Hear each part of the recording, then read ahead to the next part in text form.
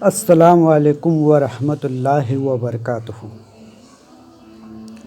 حضرات، آج میں آپ کے سامنے ایک چور کی کہانی سنانے جا رہا ہوں۔ ایک شہر میں کریم نام کا ایک مشہور چور رہتا تھا۔ لوگ اس کے نام سے ہی ڈرتے تھے، مگر کسی کو یہ نہیں معلوم تھا کہ اس کے دل میں اب بھی انسانیت زندہ ہے۔ ایک رات وہ ایک امیر تاجر کے گھر چوری کرنے گیا۔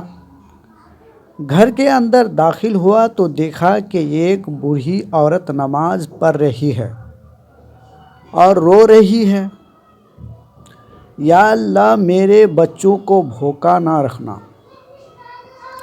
یہ سن کر کریم کے قدم رک گئے۔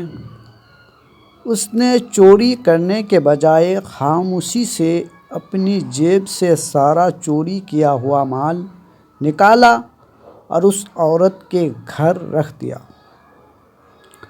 وہ رات اس کے دل پر بھاری تھی۔ اگلے دن اس نے خود کو پولیس کے حوالے کر دیا اور کہا، میں نے بہت گناہ کیے ہیں، اب توبہ کرنا چاہتا ہوں۔